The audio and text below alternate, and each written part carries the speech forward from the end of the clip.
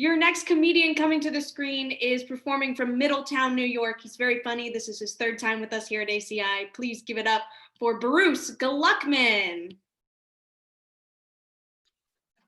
I am a homeowner.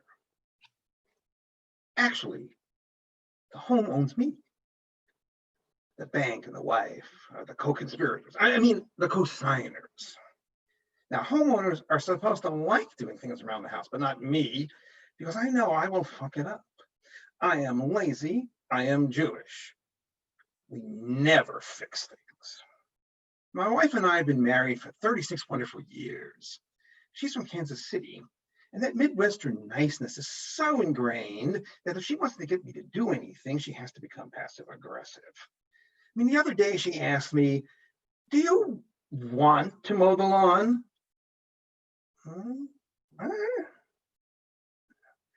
But you know, the other day she was driving a car and a guy cut her off, and all of a sudden she burst out yelling, "You goddamn motherfucker, what do you think you're doing?"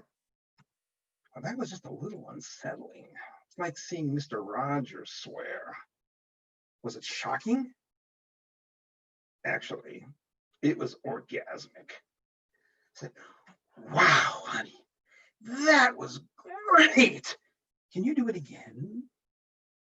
Now, I'm 67 years old, and last year I was going through a midlife crisis. I mean, and to deal with it, I started reading a lot of self-help books like The Subtle Art of Not Giving a Fuck, Unfuck Yourself, Everything is Fucked, a book about hope, and then Calm the Fuck Down.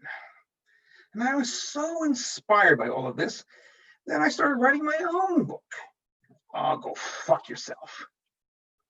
Now, I recently went into the doctor and he said it's time.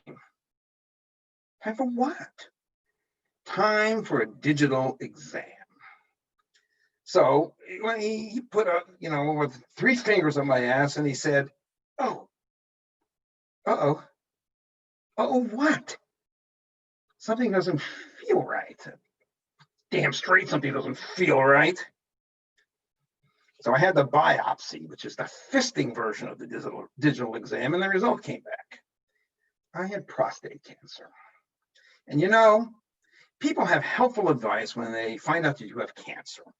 Like, "Oh, prostate cancer.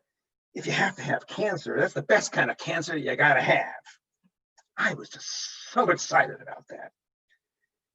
And the doctor told me that radiation was an option, but they told me that the side effects included crying uncontrollably for an hour at any time and for no reason at all. And then there's hot flashes. I've been through that with my wife. And then what's next? An uncontrollable urge to binge watch Lifetime movies and say yes to the dress? I said, no way, no way. So surgery it was. Now, you go to the hospital, you go to a waiting room, and you sit around the room waiting for your number to be called. And I noticed that there's a lot of guys out there who kind of look like me. It was like being at Zabar's with no locks. Now, the operating room looked vaguely familiar to me. Where did I see that before? And then I realized it was the death chamber from the movie Dead Man Walking. Now, I woke up 5 hours later, -1 prostate, wearing a white diaper. I looked like a 67-year-old New Year's Eve baby. Now, I've noticed that there are no primetime TV ads for men's Depends. The big selling point for and the ads and commercials for women's Depends is showing them being active, playing tennis, working out, going for a run.